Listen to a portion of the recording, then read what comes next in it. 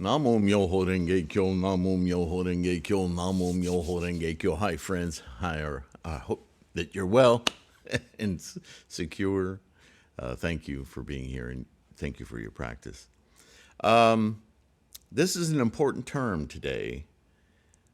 It's an ancient term, but because of its relevance to what we do, every now and again I get a question or somebody, not so much anymore, but I used to get questions about what's these magic words that you chant, what's this magical thing? And as you hear me say all the time, there's no such thing as magic or mysticism in Buddhist practice.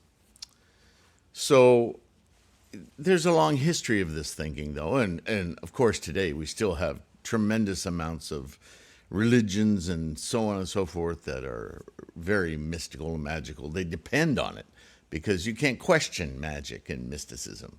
But Buddhism is an actual experience, right? And a contemporary one you feel now. It's not some future possibility. It's actual affecting, effecting every life moment. So, not a religion.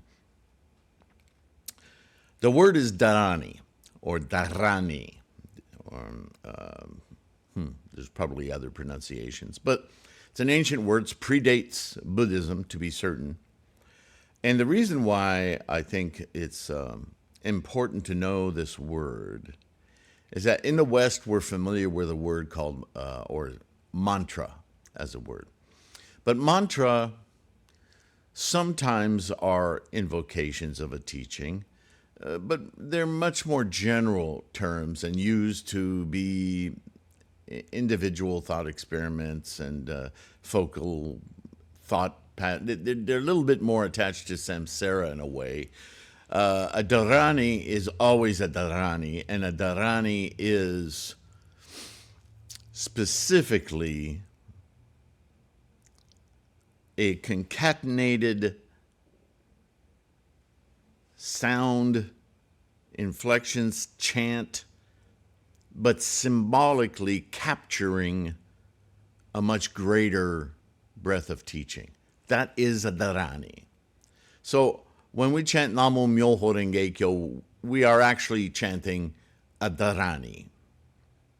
Okay? And let me read you my introductory paragraph into this term in the upcoming Buddhism Reference Volume 2.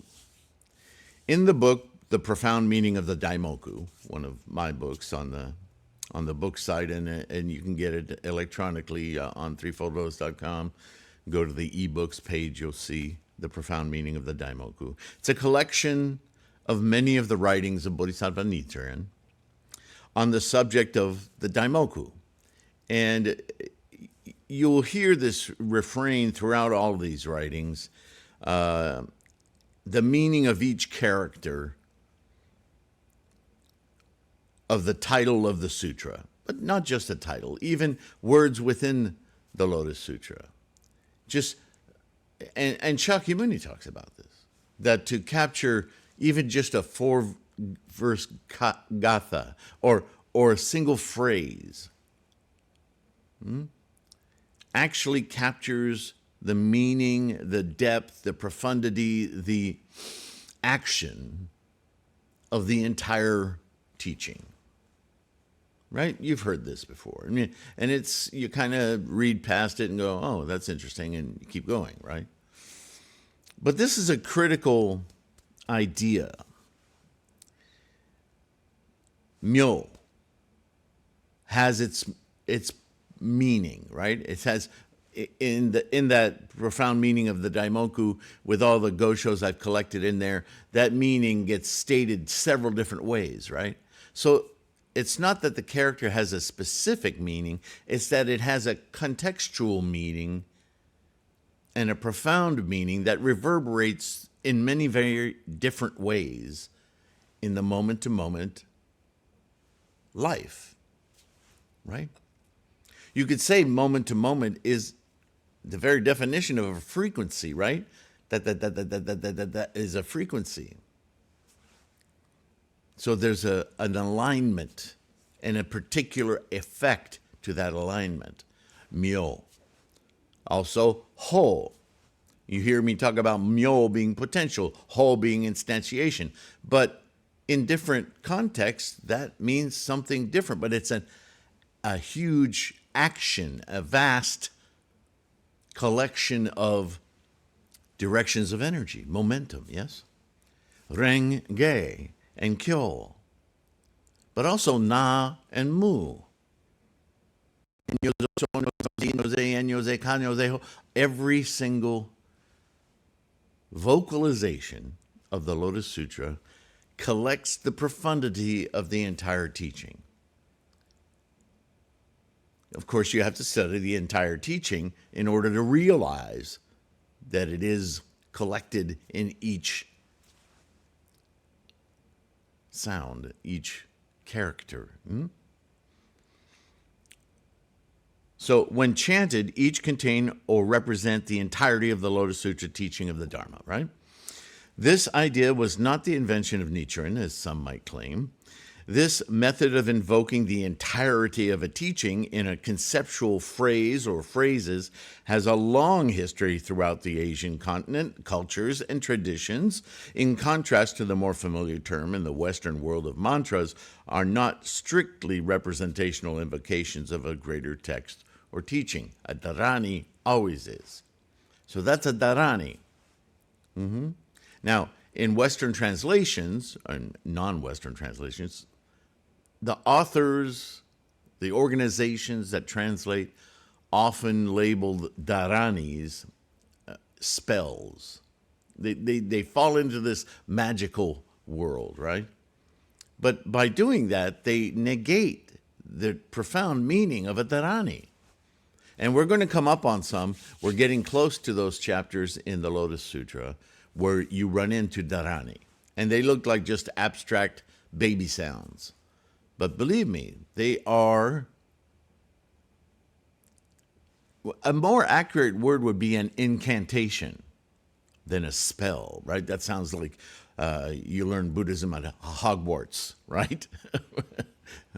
Some of you may not know what that means, but basically, it's not magic, okay? It's an invocation.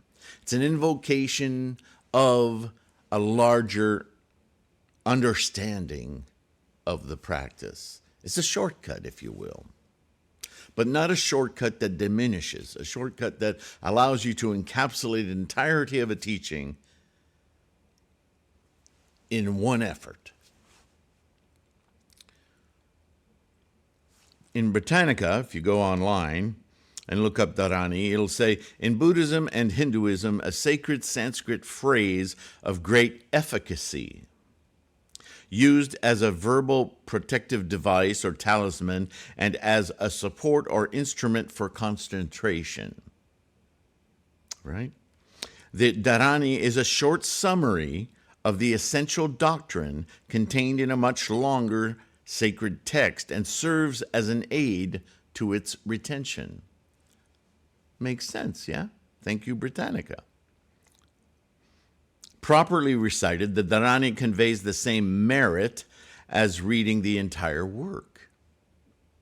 The meaning of a Dharani is often very difficult to determine and may sound to the uninitiated like a string of meaningless words, the accuracy of which is, nevertheless, carefully guarded when passed on from teacher to pupil. Compare that to a mantra, which is not always like that, yes? Notice the words essential doctrines in the above quoted text and consider Nichiren's writing on the one essential phrase, right? The essential practice. We've talked about that. I thought the etymology and nomenclature was interesting. Comes from Wikipedia in this case. The word dharani derives from a Sanskrit root, dur, meaning to hold or maintain. This root is likely derived from the historical Vedic religions of ancient India, where chants and melodious sounds were believed to have innate spiritual and healing powers, even if the sound cannot be translated and has no meaning, as in music. The same root gives dharma or dhamma according to the East Asian Buddhism Studies scholar Paul Kopp, some Buddhist communities outside India sometimes refer to Dharanis with alternate terms such as mantra or hridaya, or paritrana, or raksha, Pali raka, guti, or vidya, though these terms also have other contextual meanings in Buddhism. So I thought that was interesting. I think it's important to note, though, and very essential to our understanding when we get to those chapters in the next video or two, when we are, and I'll remind us, of the Dharani being a conceptual invocation of a teaching. They don't just stand on their own as, baby talk. They are actually constructed to invoke, and the insights we get from our broader teaching. So their efficacy, I like that word that Britannica used, right? Anyway, I thought that would be useful. That's a word that goes zipping by. Nobody ever talks about it. And when they do, they tend to use the wrong words, like it's a spell, it's a magical thing, which is a horrendous misunderstanding of what they are, right? All right, that's the term for today. Now I'll do a video on the Lotus Sutra BDK translation. Have a good one. Take care of your health, and I'll see you in the next one, okay? Don't forget all the links in the description. Any way you can support is greatly appreciated.